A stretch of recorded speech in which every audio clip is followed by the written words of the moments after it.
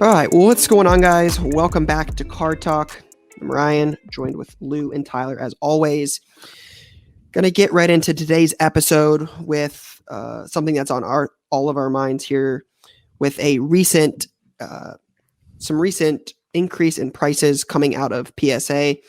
So, for those that didn't see, last Thursday morning, got an email from PSA that pricing that they were making some changes. Most important change being that prices went up. So this was around the 20-day submission price that went up, as well as for preferred pricing customers, there was an increase in pricing on ultra modern or modern submissions. It looked like PSA, from my understanding, PSA got rid of the collectors club packages. It said that they were sold out of those, where like if you're never graded with PSA before, you can buy like a collectors club and submit cards that way with like through a discount. You'd sign up to like basically be a member of PSA. I think you got like a book bag or something if you did it that way before. I'm not sure if Lou or Tyler can touch on that, but like you got no idea what that is. Yeah, it's like a collector's club. You sign up for it. You get like a voucher for cards to be graded. I think it's like $15 or $20 a card. So it was something on the website. Again, I remember seeing about it, but I never did it. Backpack sounds interesting. Yeah. Again, I don't know if it was a backpack. I'm looking at the email now. You get a card collector 2 hoodie. I mean, that would be pretty cool. I would love to partner with PSA on that. Broker the deal. Yeah, I mean, that sounds great. But yeah, I mean, they added dealer directory. They talked about again, the email's got a lot of different things in it, but again, the big thing, right? Yeah, what's like the biggest impact for someone that's grading regularly? Is there impact for someone that's grading regularly direct on like if you wanted to submit cards to by yourself to PSA? Correct. My understanding is from reading the email and talking to other people that grade, like other graders, that you can't send in, like you can't sign up for the collectors club. So you would basically just pay standard pricing. Mm-hmm. So you would pay standard pricing, whatever is on the website. You'd pay shipping to PSA. You'd have PSA shipping charges on the back, which can be a little bit expensive. Mm-hmm. But my understanding is there's no real, like it's not going to stop you. Again, you can't sign up for the collectors club to get that discounted like 10, so 20 they just card voucher. cut the discount club or the collectors club. Mm-hmm. Yeah, it says that they're not issuing any new vouchers. They sold out of those. And then what's the main, who will feel the price increased the most? People submitting the 20-day price went up a bunch. It jumped significantly. It went up $5, and from 20 to 25. Cost went up $5. Our price jumped up 25 to 28 is what we put ours at. But most of them went. I mean, the cost went up $5. Got it. So. Yep. Got it. Cost went up there. That's the biggest one. And again, if you're not like preferred pricing, so if you're not like one of the elite PSA submitters, the ability to submit cards like 45-day. My understanding is they removed that option. So I don't even know if you can do that through the website. I haven't checked like if you can just like if Tyler, if you could sub cards. Yeah. But I can't do something in a 45-day anymore. Bulk. It's called economy. So right. the understanding is they cut that to be able to catch up on some of the orders. Yeah. So my understanding is they're doing it for the preferred pricing customers, the ones that have been tenured with PSA for a while, but removing that for everyone else because it sounds like they're really far behind. Well, they're probably getting an influx of, well, not across the board, but this is probably, so what I'm hearing is higher priced for quicker turnaround and almost cutting out or pausing most long turnaround that's coming in because they're probably getting beaten on. Everyone is just doing the quicker turnaround. And then they are having struggles probably getting to longer turnaround submissions because they can't even get through higher turnarounds. So they want to say, okay, if you're going to keep coming in higher, now that's the only way you can come in and it's going to be more expensive. And the stock price is doing well. Stock price is doing great.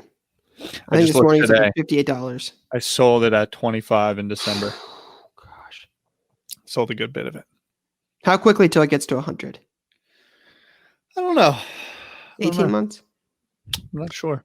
I'm not. I know more about cards than I do about Yeah, stocks. that was stock market talk brought to you by Card Talk. Yeah. Stock Go price seems to be our guys over at Stock Card Talk.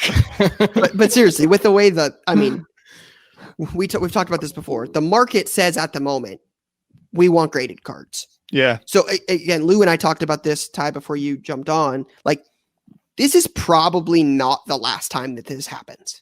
Like, the market says, hey, we want graded cards. Everybody talks about PSA. PSA is the leader in this space. Yeah. People aren't going to put grading cards like $5 for 8 out of 10 customers isn't going to change your answer on a 20-day. You're still going to submit cards. It eventually on the margins a little bit though. Like Sure, there's, 100%. I'm sure there's a lot of people who they were buying cards for $7 raw to try to get 9s and 10s that they could sell for $55. That becomes a little bit of a tougher game. Sure, absolutely. And do you, Lou, is that intentional, right? So does PSA want people to not grade every card, or they just want to make more money obviously they want to make money, but what is that part of the intention? I know absolutely nothing, but I would imagine that it's a little bit of both. Of course, it's in their business to make more money. And I think also I think if you're them, you can not test the limits of how high you can go, but sort of like test the system of like, all right, so at what point do we start getting a dramatic downturn in grading? Yeah. At which, because once you go up, it's hard to go back down again, right? But they're probably trying to find the balance between like, all right, what's an affordable cost for collectors and buyers and sellers who want to submit with us that allows us to make the most amount of money, but also doesn't completely backload our system to the point where people have cards at PSA for 6, 8, 10 months. Yeah. I think about it like if you were buying Kevin Durant 1s or 2s, his sneaker, I don't think it was until the Kevin Durant 3s that they sold for over $100. The first 2 signature shoes that he put out were $90. There was less demand. They created less, but there was less demand. Then they just kept pricing. Like, his shoes are over $200 now, because if they sell a little bit less, they now know we're going to create the amount that are going to sell through at that price and make better margins, create more demand. Someone shared on Twitter, like, and I wish Matt, I don't know, Jason, maybe you can find it right now, of the year-over-year growth of cards graded by PSA. It is absolutely astounding. Even in a 4-year window, it's like gone berserk, and it's going to keep going that. And if they steady out and they're at the prices that they're at now compared to where they were 4 years ago, that's a win for them. It's like market research, bro. It's like this hasn't happened before here, so like they have to figure out what the balance is. It's insane for people to be like, and shout out to Zipper for the appearance in the background here, but he's like, it's insane to assume that like they're supposed to just only charge, $6 or whatever, or $18 it's like forever. If you like, set up a lemonade realistic. stand outside the crib and you're slanging lemonade at 25 cents and you can't even keep up, it's like, all right, well, we're not going to get to the dude at the end of the line anyway. So like, it might as well be 60 cents. Because if you don't want to buy it at 60 cents, the next person might. And guess what? Now, if we sell 1 cup at 60, it's more than 2 at 25. So it's pretty much like basic business operations that hasn't happened inside of cards until today, or inside of grading until today, right? Like, I'm sure Topps, as much as we've talked about, like overproduction and all that stuff, I'm sure Topps and Panini have a pretty good idea of how much they can print based on past sales and allocation from their major retailers and all that stuff to get a good gauge on it. I'm not sure that exists for a PSA or a BGS or an SGC, especially if you're PSA. There's a whole other part of this where PSA is probably like, wait, we have the biggest brand name in this whole thing among newer people. Like, we should be trying to raise the value of our brand, like just the overall, like, prestige of PSA. And again, so like when since we do grading submissions, when like Thursday happened, it was like, hey, how does this affect you? Like, what's the new cost going to be? Like, it blew up. But in PSA's eyes, like, if you see it from PSA's perspective, like, are they really charging that much, right? If it's $28 to grade a card 20 day, it's not coming back at 20 days. It's right around 2.5 months, right? That's a good target to shoot for. 2.5 months. I'd pay more. But hear me out on this. You buy a Kyler. What's a Kyler Prism Raw do? $150? I'm checking right now. So for the point of this, while Lou checks it up, I'll say $150. Mhm. You send it in. It costs $20. Let's say it's cost $20 to grade. That's just what we charge. $28, and it comes back a PSA 10. That's $1,000. By the way, the last one for $76. 76 raw. So we'll say 100 for easy math. We'll split. Yep, $100 you're into the card for $130. $130. And then comes back at 10. It's $1,000. Of course, 10s is I think, and honestly, when I think about this stuff, when I think about cards I'm grading, 9 is the real number because the PSA 9 is still selling for $182. You're still making $50. Yeah, you're making $50 every single time. So again, you wait 2.5 months. Now, again, we talked about this before. You send it in. Kyler doesn't do very well. That card could drop, right? It works both ways. If it stays consistent at $180, you made $50 a card. So there's definitely room there. And that's assuming it doesn't even get the best grade possible. If it gets a 10, whole different ball game. So PSA is charging a fraction of the cost to give you that. Like, they're the ones that give that value, right? And that's how it works hands. with everything. That's how it works with everything. I'm trying to think of like Kellogg's sells their cereal to Walmart for X. Walmart upcharges it X another whatever percent to sell to the consumer. Like, of course, that's how these things work. It's in PSA's interest to figure out what the highest they can charge is without completely diluting the whole thing. Because of course, if they start charging $150, College, yeah. College. Of course, it's gonna be 10% more. Everyone still wants to come. Yeah, that's how it goes. Can we do 10% more? Yeah, exactly. You're not like, I wouldn't have not gone to Ohio State. Now if you can't get a job unless you go. So yeah, that's 100%. So, by the way, actually, that's an unintended thing you just said there, because as Ryan was talking last week, like people, I'm not sure if it was Ryan. I forgot who I was talking to last week, but like people don't really want to buy raw cards anymore. I said that. They only want to buy graded and they cards. only buy them if they're looking at them and could this get graded to a 9 or 10? Yeah, that's what the vast majority of people, and we've talked about that before, but there's a real like delta there, and if you know what you're doing, you can make some good coin that way. But you also got to find the right person, because if someone sold 10,000 cards, it's like, why did they randomly list this raw DK Metcalf auto? It's like, it's probably finished. And again, we get that a lot because we grade so much, but in the same breath, we have so much inventory coming in on a consistent basis. I can't look at every card. Facts, and you can't grade everything. 100%. So something's going to be missed on a good end. Something's going to be missed on a bad end. It's about intent, right? We're not intentionally selling PSA 2s raw on eBay, and we're not intentionally selling PSA 10s on eBay. It's just, we can't get to everything. We ship it out, but yeah, I mean, first raw card I ever purchased on eBay was a Divock Origi auto, and it gemmed at a 10, and I was like, wow, I'm good. Life is good. I never need to buy a raw card and grade it again. But I just sent you 70 yesterday, so we're in the mix. So I think the other interesting play in this, though, is does the price increase that PSA is throwing out, right? So PSA 20-day goes up. Does that make a consumer look at SGC or BGS as an alternative to PSA? I think maybe, but it's the same thing that happened last time where PSA's prices went up and everyone was like, oh, or PSA's prices went up / they were having big delays / they were closed because it was early COVID, and everyone's like, oh, I'll just submit to the other graders. And then eventually everyone SGC. All SGC, BGS as well. And then just like always, people ended up going back to PSA. So I think maybe there'll be a little bit of a jump for a second, and collectors will talk about it on social.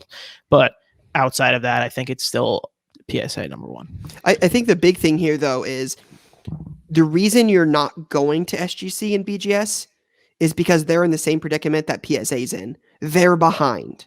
If SGC and BGS hired 40 more graders and had the capital to hold them and get cards in and out real quick, you'd probably send them their way.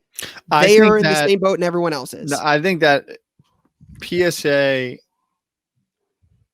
has the clear lead, both in terms of the brand and just what the market perceives as.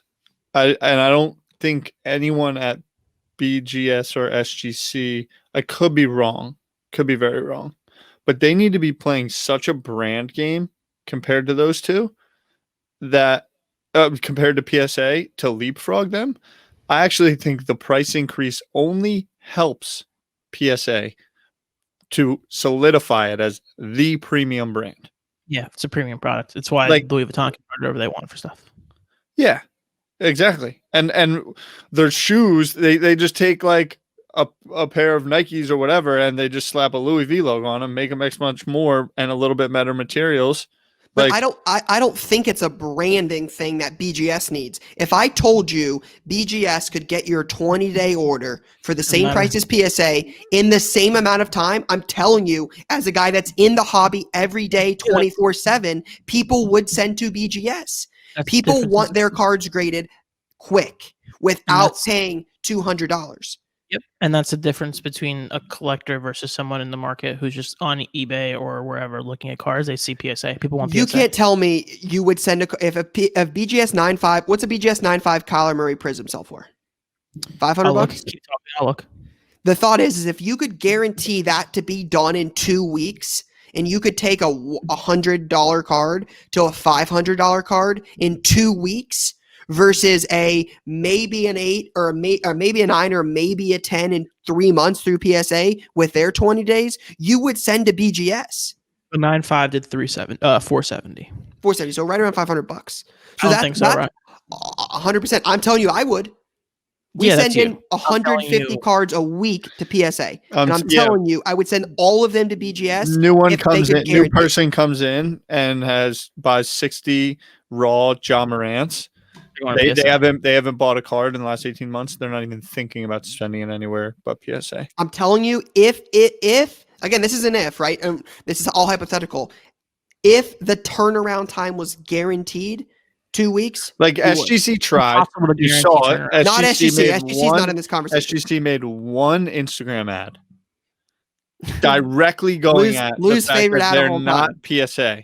Lou's favorite ad of all time, the Right? tuxedo. They I'm watching the ad. understand. They understand that it's a brand game, and I actually think the tuxedo. Yeah. I think the tuxedo is kind of a name, but I think that they understand that. Lou, you remember National? My first National, and I was Yeah. like, "Yo, these are fire."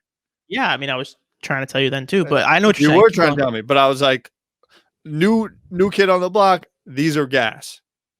Yet nowhere is there like, "Yo, these are gas." From anyone or anything, or have they done influencer deals? Have they tried to link up with someone that is on the sales side and fucking do their cards and get them to push it and say, these are fire. Comparatively, these are fire. These look thing I was better gonna on say your was- desk. The only thing, not the only thing, the biggest thing that I've seen as like going at them is the brand thing. Like that, like you were saying, the only shot people have, I think, is brand. Like, right, we could talk about guaranteed turnaround times. Number one, that's not realistic. And number two, if it was, I wouldn't trust the grade anyway, because then they're just trying to force them out the door. So I have no interest in a guaranteed turnaround time whatsoever. If you I hired think 40 more SGC's whole people, thing needs to be, y'all want to make this about art? Great. Here's a picture of the two of the things on your desk. Here's a picture of them on your wall. Here's this card that in our slab that looks fresh as fuck compared to this card in this slab that isn't as fresh. that conversation is irrelevant because SGC is not a major player in the grading game. Nobody that wants cards of value is sending cards to SGC right now. That may change down the road. Right now, They're not sending him to Beckett either, bro. Talking about because the turnaround time is not guaranteed.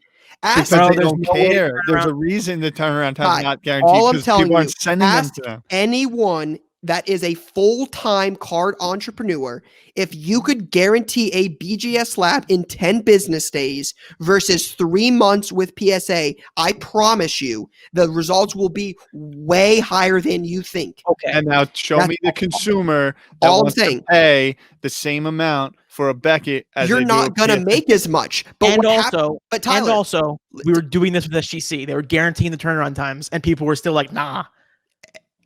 that's not a guarantee. If they're not, that's not a guarantee. I'm talking actual guarantees. Like 10 days, done in 10 days. What I'm saying is, Ty, you take $100 Kyler, you send it to Beckett, you get a 9.5, you sell it for 500. You made 400 in 10 business days, right? You realize the value. That card isn't even being entered in PSA's time in 10 days. What I'm saying is you could take 100, turn it into 500 in 2 weeks, before the cards are even remotely close to being done. Take 500, reinvest, flip. You could flip the money, the $100, 6 times by the time the money came back from PSA. You would make infinite amounts of more money. It requires people wanting them. People still want BGS 95s. They sell for a fraction of the cost. You could make more money flipping it in the meantime. That's how compounding money works. That's how compounding money works. You flip the money 6 times in 3 months, you're going to make more money than flipping it once in 1 month. You flip the money over and over again, you're going to make more money than buying it and selling it for $1,000 in 3 months. Just so we're clear, since July 7th, there's been 343 PSA 10 sales and 49 9.5 sales. Nobody's grading Beckett now because they can't guarantee it. Absolutely. PSA is 100% so in a fantasy world where they can guarantee a grade.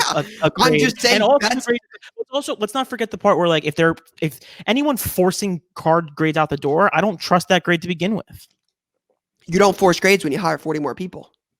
But who the fuck are those 40 people? What are you talking about? There's what? How many people live in America? How many millions of people live in America? There's got to be 40 people that can grade cards. This is a ridiculous conversation. All I'm saying is Tyler said the only way for those guys to be relevant is for branding.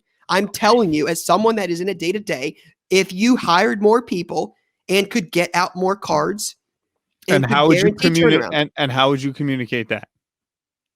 It's by saying more people. Our brand results is that we're gonna get it to you results way faster. Results. Send in cards, get them back. That's how. And hiring someone like you to be the person that is saying, I'm not saying don't do any branding. I'm just saying it doesn't start with branding. It starts with action. It doesn't do, if you, like Lou said, SGC said, we'll get them back in 2 weeks, and they never did. But branding doesn't do any good if you're not going to follow through. Even if they were guaranteeing it right now, nobody would know. Well, sure. No, bro, they wouldn't. Absolutely. That's what I'm trying to tell you. You can't say Beckett has nobody grading cards. They do. That's just that's crazy. That's blasphemy. There's no way. Go into 5 of the biggest card Discord groups right now and say the word BGS. I'm not worried about the guys that got in the hobby the last 3 months. I'm talking about people that are in Who's grading the most cards? What are you talking about, right? Where's all your business coming from? Absolutely. Not all of those people. Absolutely. Bro, I'm talking about market opportunity.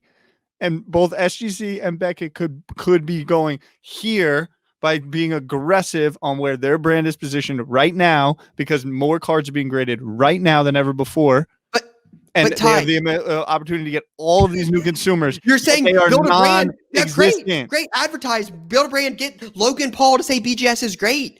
If your turnaround times aren't anything, you're not going to grade to PSA. Lure. If Logan Paul said BGS is great, are you going to send cards to BGS? No. No one in cards. PSA's turnaround times aren't anything either. Absolutely. That's what I'm saying. BGS would need to guarantee them. That's the only way for this to be relevant. I'm just saying it's not only branding. This is why I love this podcast. This conversation just now is the reason I love this podcast. That's my only point on this. It's not only branding. Results matter in grading. People 100%. Want cards quick. I have people 100%. That send in cards every day and ask 5 days later if their cards are entered in PSA. Of course they do, because they want people want cards quick. Exactly. That's why BGS would matter if they could. They can't. It's not going to be relevant. But it's like SGC had their turnaround times, and then people got their card. Hang on, and then they got their cards back inside their window, and then they were getting resubmitted to other companies, and they were getting crushed by the other company. 100%. I didn't say anything about SGC. They were brought up. That's not what I'm talking about. I'm talking about guaranteed turnaround times means they're getting cards out the door. Sure. But SGC doesn't matter. So their opinion doesn't matter. We're talking about how the thing works. Let's just move on. We're talking in circles. I'm in on this.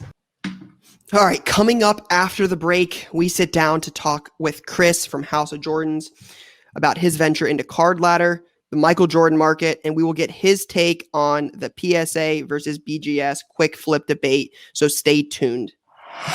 All right, Card Talk. We are here. Got Tyler, Ryan, and myself, and we are joined this week by Chris McGill, House of Jordans, all over the hobby. So I want Chris to introduce himself a little bit here, and then we'll get into it a little bit. Thank you, Lou. Quite the pleasure to be on with you 3 young studs. Card Talk podcast is quickly becoming, if not already, the most important podcast for sports cards right now. It's definitely a go-to for me. Love what you guys are doing. I appreciate you having me on. There's not much to me. My name is Chris. You may know me from the House of Jordans podcast. You might know me from my Instagram, which is Chris_HOJ. Thank you guys for having me on.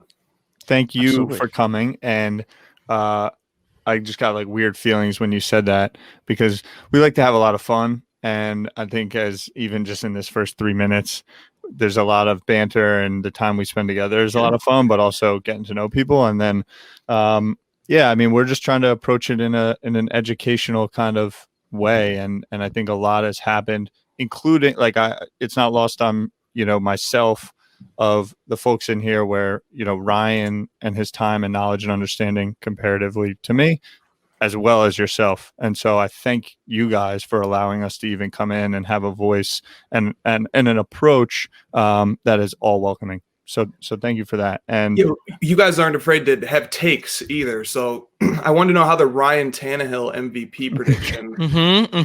Let's get right into it. Are you still high on that one? I should have taken Aaron Rodgers, but but you know what? To be honest, like I think he's a good quarterback. I think he's a seasoned quarterback in a new situation that's working really well for him. I think a lot happens in the regular season. I think their team is poised for great playoff football. I think he showed it last year. I think they're a real contender, and I think that they're set up to lose maybe 2 or 3 games. And so I think he gets into the conversation. And I find it. I think there's an area where he's going to be a top 3 contender. Do I think he'll get it on brand? No. But I wanted to stir up and have the take, because I think he's better than a lot of people give him a rap for, because I'm pretty sure, correct me if I'm wrong, who was his coach when he was in Miami, Lou? Adam Gase. It was Mr. Adam Gase. Got it. Cool. Yeah. So, yeah, I just want to keep that in mind. It's kind of like 7 years later, I wanted to be like, hey, remember that time I took Ryan Tannehill for MVP? When Sam goes to another franchise, or hopefully we get ready. The New England Patriots. And then, it was kind of like that. That's how it all transpired. I love it.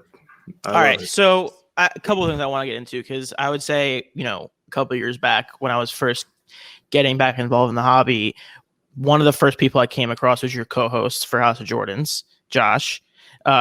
So I love Josh. I think Josh is like unbelievably knowledgeable. And obviously through him, I was introduced to you as well on social. So can you talk about your podcast a little bit? You guys are definitely way more like inner hobby things than I know, for sure. So that's why I'm always checking out on Instagram Live. You might see me pop in and out like 6 times on a random day. But so talk about your podcast a little bit, and then I want to get into Card Ladder as well.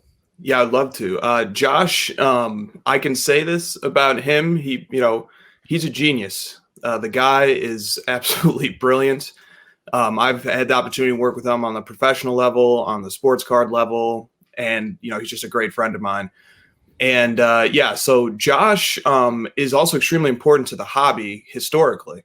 So he began a YouTube series called Cardboard Chronicles in the summer of 2016. And he interviewed a number of impressive guests ever since then. And that created a library of hobby content that many of us looked at as a refuge, especially when there was, to put it metaphorically, a desert of hobby content back in the dark ages of 2016. And some of the great guests that he's had range from Nat Turner to our very own here, Ryan, Card Collector 2. So you really get a lot of different perspectives when you listen to his show. And what's one of the many impressive things about him is that on Cardboard Chronicles, he just pretty much asks questions and then he sits back and lets the guest say what they have to say. And among the long-winded of us, that's an impressive task for somebody to do. So I love that. And he's given back to the hobby in a number of different ways. He and I host a Friday night Instagram Live that we call the Crossover, that, we just field questions from collectors and hobbyists. And, we just talk hobby and it's amazing. It's a lot of fun. So, yeah, I mean, Josh, absolute treasure. And where can people tap into Josh? So Josh is on Instagram, cardboard_chronicles. Make sure you put the underscore, because if you don't, you're going to get to a picture of a dog. And then on YouTube, just search Cardboard Chronicles and you'll get to his YouTube channel. And, from there, I think those are probably the best 2 ways to get a hold of him.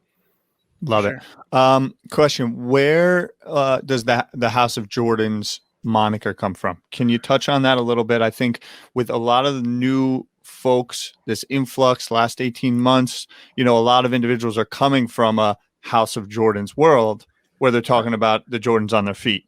And now as people start thinking about Jordans and Jordan inserts, and I'm 36 hours later still incredibly devastated that I lost the auction for the Interlake 8 Jordan, and it's killing me inside deeply. It's the third day in a row he's talking about this, by the way. He's really upset about it. Every day. I'm devastated. Can you just talk a little bit about House of Jordans and where that comes from and what that means to you?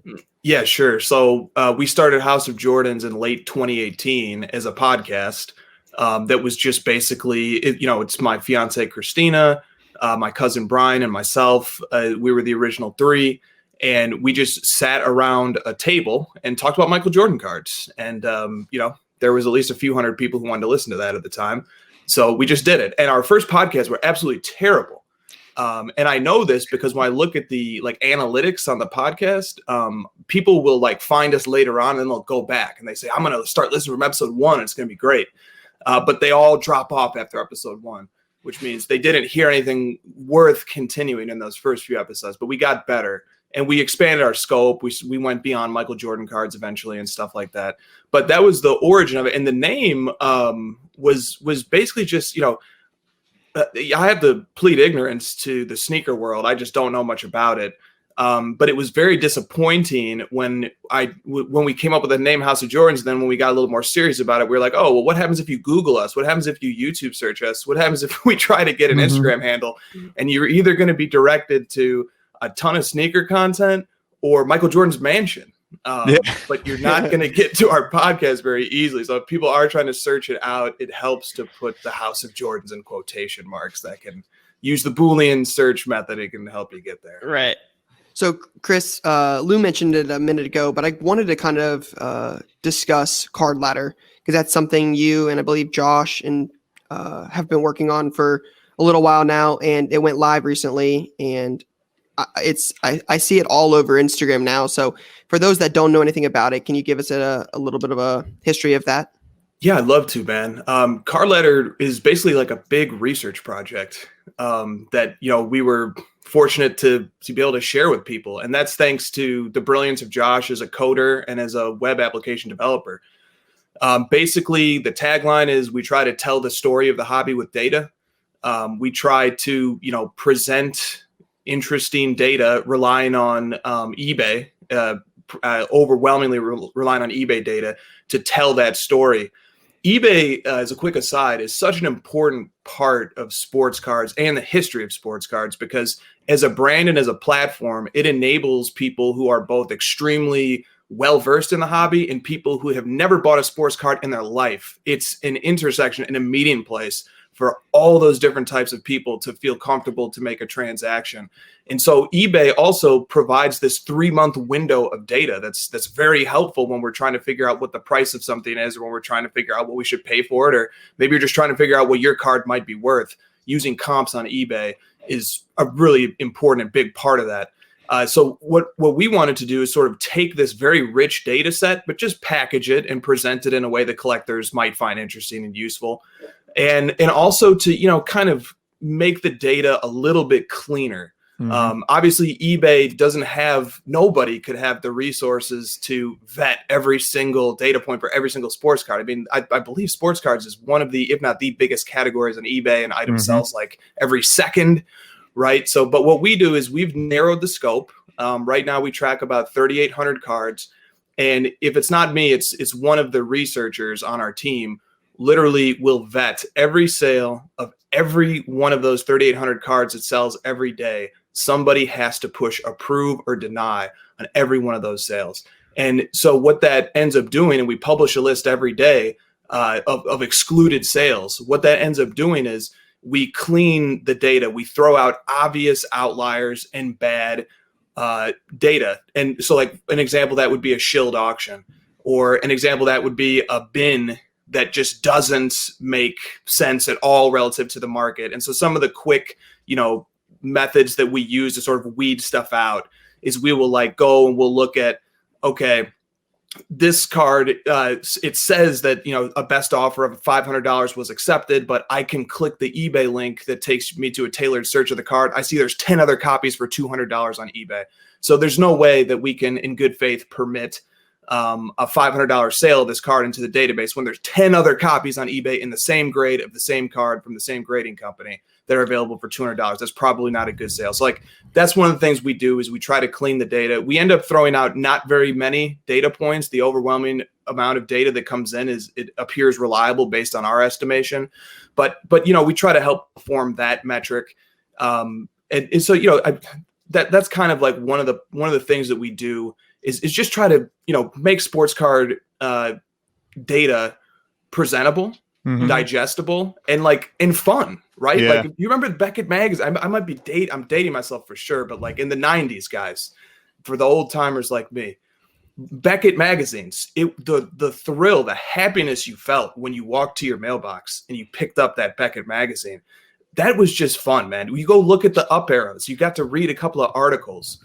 All that stuff was just absolutely thrilling and made the hobby so fun. And like, if we could even bring back an inkling of that fun, that's what we wanted to do. And I think it makes it approachable. I think it really does. I think also the time that I've spent at National, or you meet someone on Instagram and it's DM and like the whole kind of, we talk a lot on here about the relationship between a buyer and seller and kind of the responsibilities that you have as a seller or even a member of the hobby. And I think what it does is it allows things to be approachable and allows a common place of understanding of where things currently sit. Like when you look, out of things take habit for me. So like the first habit's like you go to eBay, you check sales. And then once I got into the card ladder, it's like one, information at your fingertips. And then two, almost like, you'd screenshot the last sale on eBay and send it to someone, comp prices off eBay, 13%. It allows for common ground to be had very simply between a buyer and seller as well, to understand what has happened of late. And I appreciate that. I think it serves a real purpose for the community aspect of the hobby as well. And Tyler, I think it also adds transparency, right? Like he said that they removed the outliers. So I know one of my favorite accounts, the Lameme James account on Instagram, posted the other day about the LeBron Orange Ice PSA 10 that was being manipulated on eBay. I know Darren Ravel tweeted about it as well, but like there were multiple auctions over like $1,400 or $1,500 on eBay. But they were buy it now is under 900. If you're new to the game, right, and you don't know that this kind of stuff occurs, not saying you don't, but like if there's a lot of people who don't know that stuff happens though. Fair. So you don't see that. What's going to happen is you're going to use those comps and be like, hey, these $900 are a steal. And then again, market manipulation, it's going to raise the price of those. So I think that's the nice part about Card Ladder is they recognize those things. They have researchers, they have got people in place to remove those. So if you're new and you're trying to get an idea of what something sells for, you're going to remove the obvious things like that without having to do the work, right? Like you as the consumer you don't have to do that. They do it for you. So I think the transparency aspect of it is a bonus. Yeah, for sure. And I think one of the other big things you Chris, I know you do it a lot. I've started to see from a lot of people from Card Ladder data a lot is like the candles. Like literally, I think the intersection of when you're getting all these newer people who don't want to or don't know how to read eBay because it's too confusing and weird. And then there's also the other side of the coin, which I'm sure the three of us have had conversations with people who are not in the hobby at all, but are like finance people, are looking at candles and they're looking at like, oh wait, so this the Giannis. Chris, which one did you post? I want to say it was like 2 weeks ago. I think it was Giannis where I had the big run up for like 3 years in a row. Big run up, reset, big run up. Yeah, it was a big run up and then a correction, big run up, correction. And it's like, guys, just because they're having a short term 15-20% loss, it's the world isn't falling down in front of you. You have to take advantage of the history that you have here, and that's what Card Ladder does an amazing job of. Is like, here's 3 years of data. Like, these are trends. You have to understand the trends to make informed decisions. Lou, let me comment on that, man. When you published a piece not long ago with 137, and you were looking at historical data, and you were taking a longer term approach, you were looking at years, and you were saying, look, we have to look. We don't, it's great we have a 3-month window with eBay, but we have years and years of data, especially on cards that have been around for 20 years.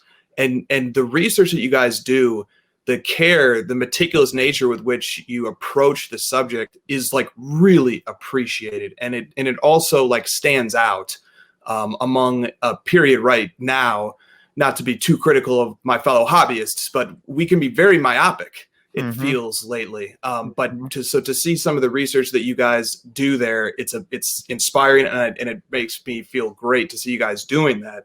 Yeah, you shout out to also Tyler for said, that for sure. yeah, dude, there was several brilliant pieces you guys. And Jason, who's in the background, does a lot of producing for us. I just want to give him a hat tip. He's does a lot of work on that.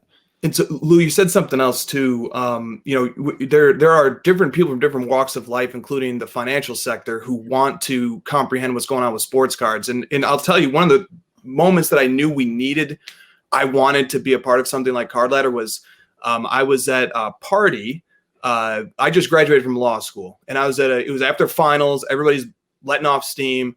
And one of my classmates, her husband was there, and I was just, I may have had a few drinks, and I was just going on about sports cards. And people are rolling their eyes, they're walking away from the circle.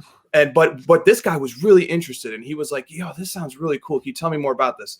And so I was like, this was right after the Michael Jordan PMG Green auction had happened. And I was like, "Yeah, man, dude, this card just sold for $350,000." And then I'm like, "Crap, how do I tell this story to him in a way that makes sense?" So like, I pull up the Chicago Tribune article, and I'm like, yeah, but I can't just like read an article of this guy. So I'm like, okay, let me go to my eBay app and let me like show him this sale. And like, I start scrolling through eBay sold and completed, and I'm typing in this complicated search terms that I can get right to it. And by the time I get the data to show him, he's just over it. He's over it, yeah. But so like what we wanted to do with Card Ladder was like make card profiles, like a Wikipedia page for each card. It's like an editorial for every single card. 100%. So it's like when somebody wants to, if I want to look up the Tesla stock, I'll go to Google, I type in Tesla. First thing I see is like a graph. I see some background information about Tesla, I get a Wikipedia link. I want it to just be that way for cards. I wanted you to be able to go to Card Ladder, type in 2003 Topps Chrome LeBron base PSA 10. You're going to see a nice crisp picture of the card. You're going to be able to see its all-time sales history going back to all the way to 2004. I just wanted to have all that information right there and presentable so you could screenshot it and send it to your friend who might not know a lot about the hobby. And then if you, as maybe a more seasoned collector, you want to look and sort of dig into this data, we give you 2 ways to plot sales. So you can plot them on a linear axis or on a logarithmic scale. And logarithmic scale is just plotting things based on rate of change rather than absolute dollar change. That can be very helpful. Like when you're analyzing the 2013 Giannis Prism-based PSA 10, all of a sudden you start to see patterns emerge that the absolute dollar sales obscure. And then like we give you a link to like Cardboard Connection, if podcasts have talked about a card, like we so that was the dream, right? And it's lofty, it's ambitious, it's nerdy, but I wanted to be able to like pull up on my phone and just like, next time I'm at that party and I want to tell somebody about cards, I can show them a graph, I can show them a picture of the card, all on one simple page. Yeah, and it's like when you're talking to your friend, because this is what happens. Like I'm sure all of us talk to our friends, and they're like, "What's going on with cards?" And like, I always have one example in my head of like something that happened recently. I'm like, "Oh, like 2 months ago, it was like, oh, Bol was irrelevant, and then the bubble happened, and the shoot up, the run up happens, and then it's like the other example is like Tyler Hero, the bubble happens, there's a steady incline, and like it makes more sense." But being able to tell the anecdotal story of how he's playing on the floor aligned with how his card prices have risen at the same pace is much more interesting and provide a fuller picture, and it's more educational. For sure. I want to switch gears here for a second. Mercedes-Benz actually just announced they're going away from manual drive, which I'm pretty upset about. But for someone that's been in it for as long as you have, we've talked a little bit about this conversation, and it's more of a down and detailed thing, but I want to extrapolate it across like the years of knowledge that you have. Mosaic as an insert to Prism sets, and then it's spun out as a new product. And then it's the first football product that gets released. And how over time it can gradually become the product in a world where people are going to be like, well, Prism's the only thing that matters. Maybe can we go back a little bit before to when Prism was first released? And I think it kind of coincides. We have this convo, can Mosaic in 4 years from now be seen as the Prism? And how does that work? And then to the, everyone feels like we're sitting on an edge waiting for cards to like poof and like not exist anymore. Like, and I feel like that's for people that have been around, kind of maybe like an always thing, and it's just heightened right now. But there's definitely, I feel, some angst from people that are like, I feel like I'm going to wake up and everything's going to be like worth 10% and no one's going to care anymore. Can you talk a little bit about like the how long you've been in it and what that means to you? And then, yeah, just the prism to Mosaic, and if you've seen anything, in the past. I'm trying to draw some parallels in that whole thing. Those are two big questions. Let me do the slightly easier one, maybe, which is Mosaic. Yeah. And I think so. Here's how I'll begin that answer. When you have an exceptional draft class, in that situation, a number of products that were not super relevant to the market can become extremely important and rival and even overtake the prestige brand as people try to get more creative about the cards they want to acquire. And so like the example I'll give is 2018-19 product. During its release, Prism was the chase of all chases. I remember getting sucked into chasing 2018-19 Prism, trying to hit that Luka, that Trey silver, and just going from Walmart to Walmart. This was when you could still buy cards, basketball cards at Walmart. Mm-hmm. I remember going to hobby shops and they had the boxes for $250 of 2018-19 Prism hobby. And Christina and I probably went through 30 boxes, hobby boxes. It was such a chase. But when the 2019 season started and Doncic was Western Conference Player of the Month, he averaged a 30-point triple-double. The Mavericks were third in the West. Like at that point in time, the game changed. And all of a sudden, like Select, for example, was what everybody was moving over to Select and trying to get Select. And if you look now, and people start researching their products that they never cared about before. So people started performing research into Select and discovering that the silvers of Courtside were extremely short printed. Now that card, the Select Courtside Silver Luka, is, I think the last sale was $18,000 for a PSA 10. That's 3x the Prism Silver base PSA 10. Now, would people care so much about Select if you didn't have this tremendous rookie class and like the demand for the Prism wasn't like over the top?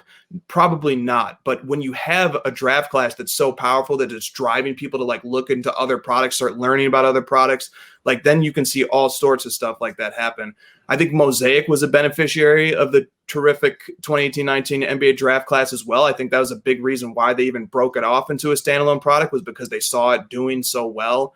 It was a standalone 2018-19, but they expanded it for 2019-20. And they made it like Prism Part 2, basically, with the Optichrome finish and everything. Whereas like the 2018-19, like all the base cards had the Mosaic pattern finish and stuff. It was a much simpler configuration. So like, I think like if you see a really strong draft class, it can make a lot more products relevant than otherwise were relevant. It will Prism, like, look, I have an unopened box of Prism Mosaic football sitting right over there right now. A hobby box. Like I just, I had to be a part of that experience. Like I love the fact that they came out with Mosaic first. That's such a curveball. And they know that people love Mosaic, and they know that the Optichrome finish is just a winning recipe for cards. So like, But I think you need a really strong draft class to make the secondary and tertiary brands become relevant. Otherwise, I think Prism will continue its reign. Mm-hmm. And then you asked the other question, which is a much more difficult one, and one of bigger implications is why should we think that sports cards will continue to be strong as a market? What could happen to this market going forward? And honestly, I don't think anybody knows.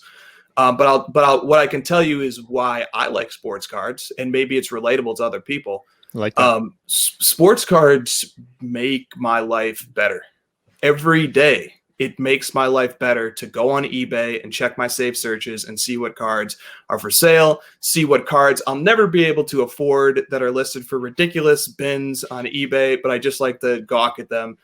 I like to sell cards on eBay. I like to see the offers roll in overnight and think to myself, do I want to sell this or not? That's fun. I love going to shops Yep. Last fall, Christina and I did what we call like our card store tour. We went to 17 different shops in the Pacific Northwest and Seattle and Portland areas just to do it, just to see.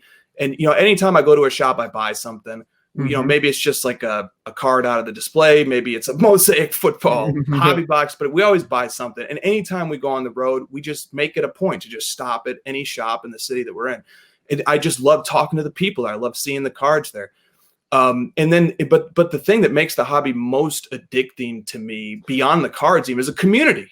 All the friends that you make and the group chats that you get into and the friendly competitions that form when we're all hunting the same card, or we're all trying to share our new pickup, or whatever the case. We're all making content, or whatever the case may be. I'll hop on one of Ryan's live streams and just watch, dude. I'll just chill and just watch him like rip a blaster or something or whatever and take questions from people. So like these are the things that make me love the hobby. These are some of the fundamentals to it.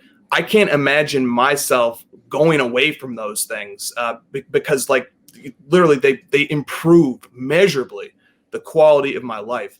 As long as that's the case for people, I'm very bullish on this as an industry, as an outlet for entertainment. It's just at the end of the day a refuge and an escapism and just a way that makes life a little bit better every day. I love it. And now I know we've been stuck on my questions. I want to get to these guys, but you said something there that just really resonated with me.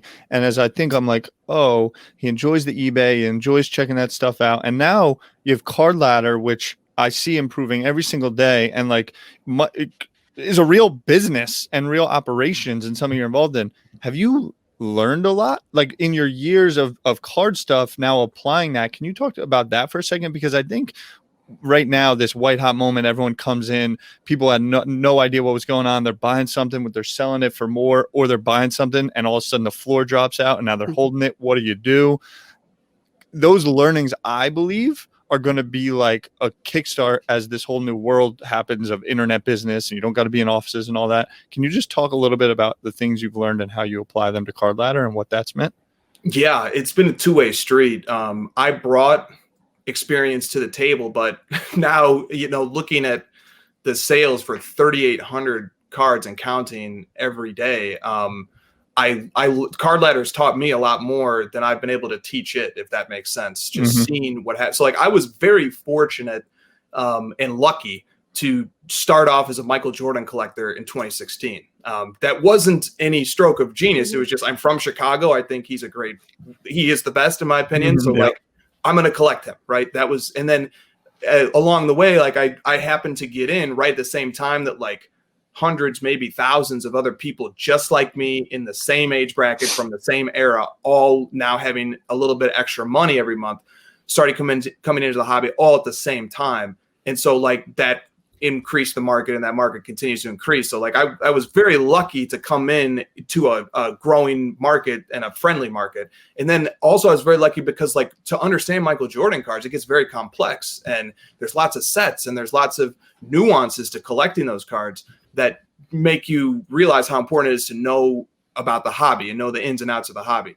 So like that was my foray, my introduction into sports cards. And then I expanded after like 2 or 3 years of Jordan. Then like 2018-19 draft class came around, and like I got totally hooked into that and started collecting Luka. And then I got lucky for a second time because once again, it was really the chase of getting Prism Silvers that brought Christine and I into Luka. And then we started following him, and then we started collecting him, and then he went nuts. And so then that taught me so much about modern product. So I basically had 2 players I was collecting, and I collected them year round. So like when football season started, I love football, but I didn't even look at football cards. I'm just looking for Luka deals and Jordan deals.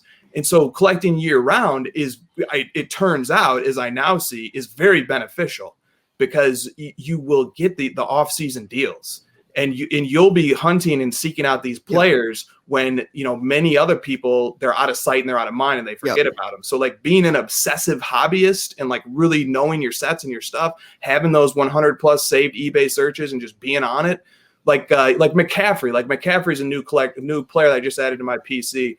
And like, dude, people are dumping his stuff right now because he's out of sight and out of mind for just a couple of weeks. So like I just scooped up his 2019 Prism Gold vinyl out of 5 for $100 on eBay. Just like people just just throwing cards up because this player's out of sight, not of mind for a little while. So now that I'm like looking at cards from so many different sports, from soccer, from tennis, from basketball, baseball, football, Pokemon. Pokemon. Yep. Mm-hmm. I'm looking at all this stuff, man. And I'm understanding like right away that like, dude, if I don't like now guard against it, I get sucked into that, like whatever's hot, whatever is good in the media, whatever's big right now. That's what we're following. That's what we want to talk about. Those are the cards that people are buying and transacting with a lot of regularity. But that's not really where the deals seem to be had. Like if you're just kind of like chasing the ball all the time, maybe you will get lucky. Like maybe, Josh Allen, Josh Allen is the hot topic, one of the hot topics right now. His cards keep setting record highs. Maybe you buy one right now and then, like you guys prognosticated, perhaps, the Bills do something unthinkable. But if they don't, then you will be perhaps left holding the bag. So, yep. And Chris, we talk about that a lot. Like if you have the patience in this, if you're not just doing this to buy something and flip it in 2 weeks, like COVID, everything went up in COVID, right? If you have the patience to see that this is cyclical, right? For those that have been in the hobby a while, this isn't a new trend that when Luka's not putting up triple doubles, his stuff's not going up, right? Like relevancy matters in cards very much. Mahomes throwing 5 touchdowns in a game helps his stuff. Luka at home watching Mahomes throw the touchdowns doesn't help Luka's stuff, right? Like as soon as the Pelicans, we talk about this a lot, as soon as the Pelicans post a picture of Zion looking like the Hulk 3 weeks before the season starts, Zion stuff will go up. This is not anything new. And again, you said it, just if you can afford to have the patience to sit on this stuff now, Luka stuff down 40% in a month. Like if you can afford to sit on that stuff for a while, there's definitely major opportunities in guys that are not playing or are hurt or something like that. If they ever pan out or they continue to improve. Yeah. I think we want to wrap up for sure, but just a couple more things.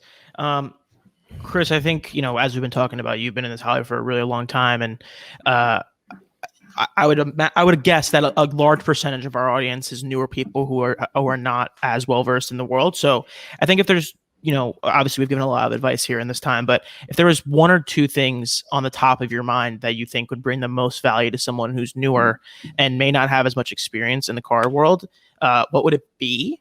And then separately from that, like, what's one thing you see happening in front of you right now on a day-to-day basis in the hobby that you would adjust? Ooh, okay. So the advice to a new hobbyist is history matters. And first of all, the reason why this hobby got to where it is, in my estimation, is because of certain fundamentals that have remained true over the long haul.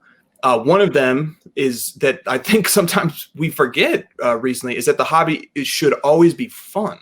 This is escapism. This is a release. You should be enjoying yourself. You should be having fun. And there are tons of ways to have fun in the hobby.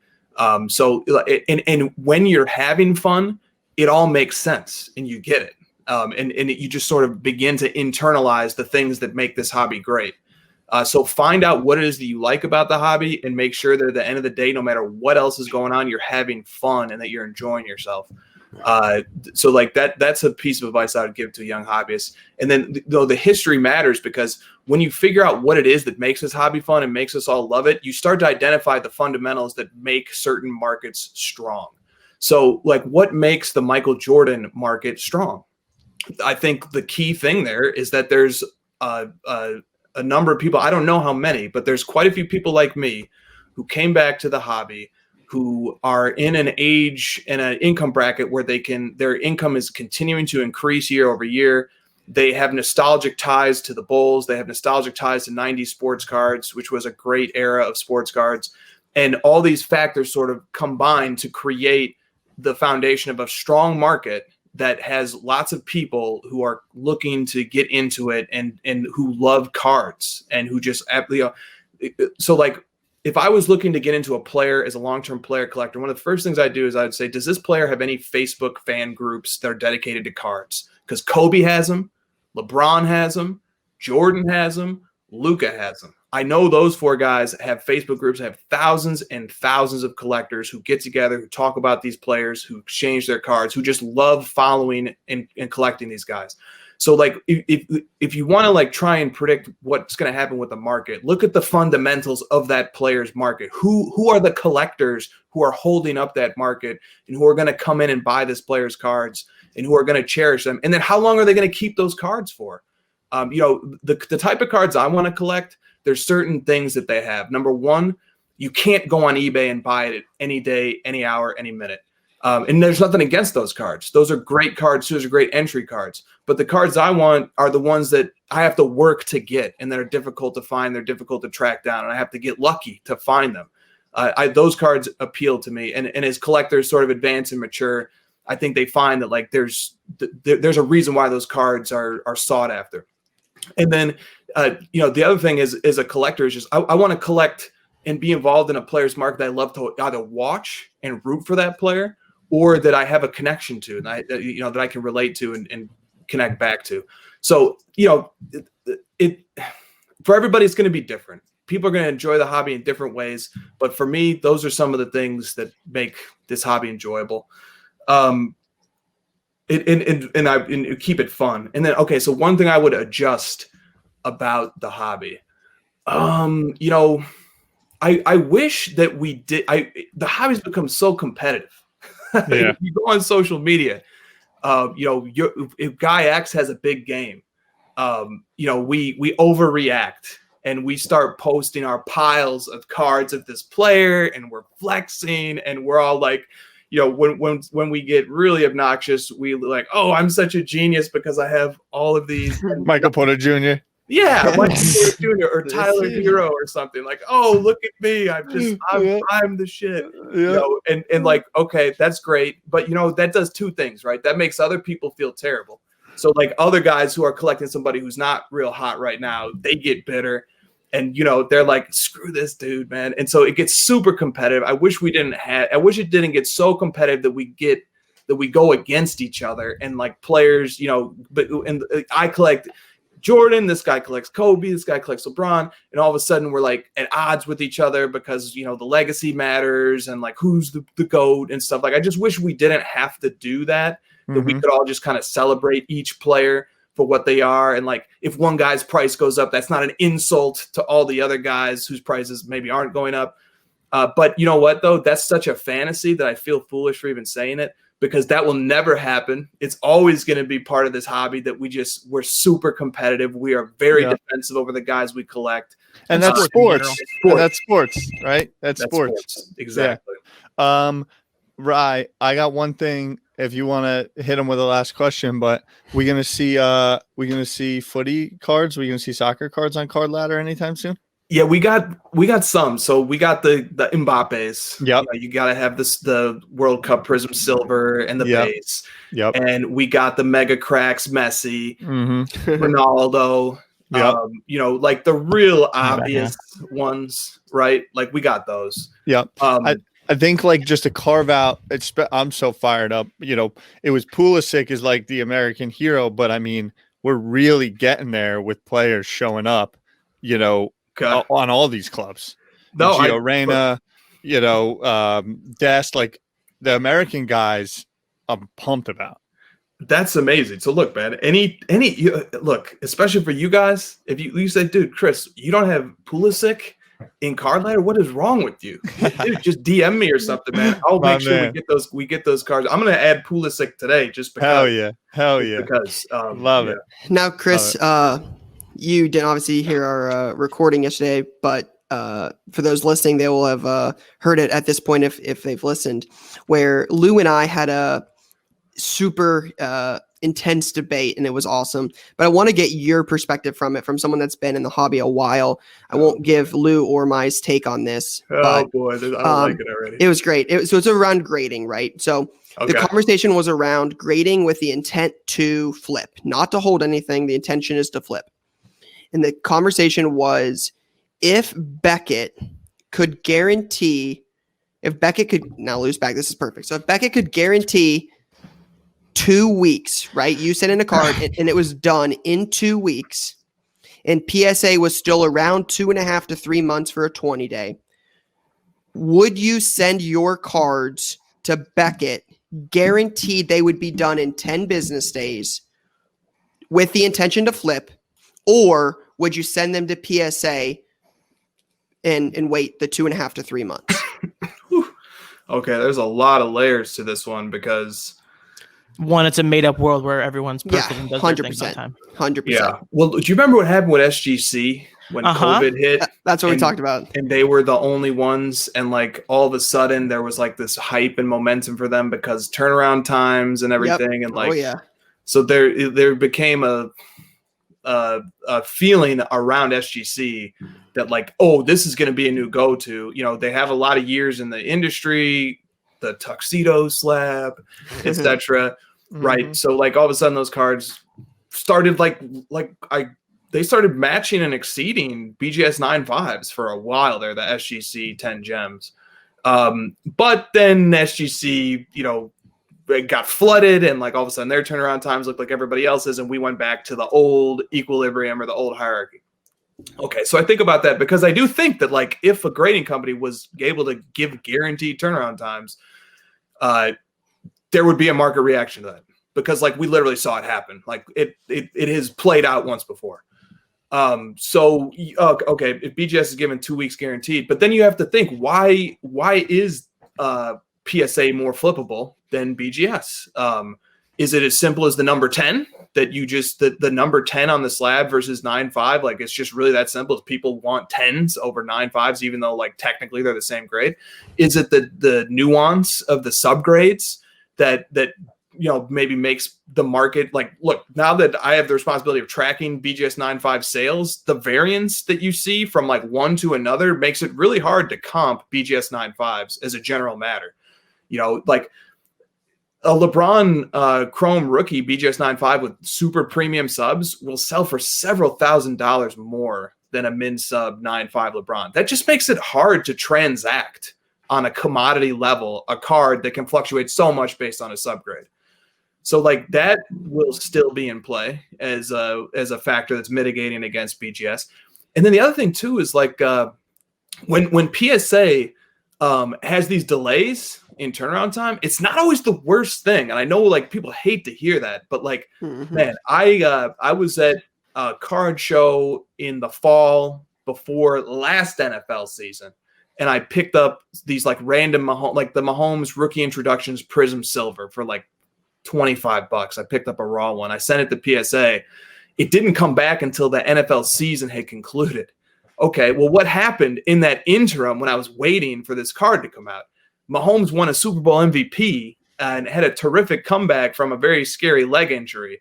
And a card that was a $25 raw pickup came back as a PSA 10, and I sold it for like $400 or $500, and now it's worth even more. So like there's this weird upside that when you grade with PSA, it forces you to be patient, right? And like you can't instant flip.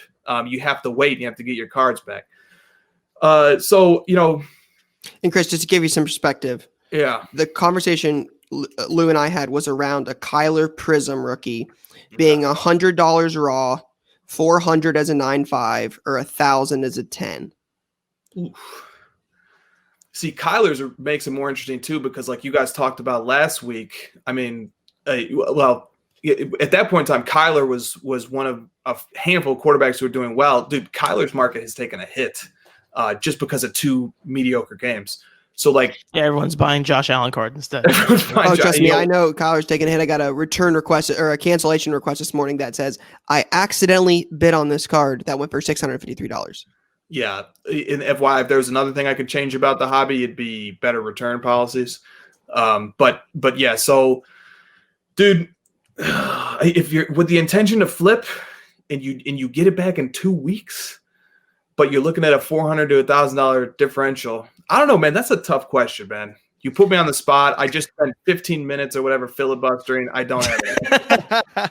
And again, Lou and I went back and forth on this yesterday when we recorded it. Again, I told Lou yesterday, this is obviously a perfect world. It's not going to happen.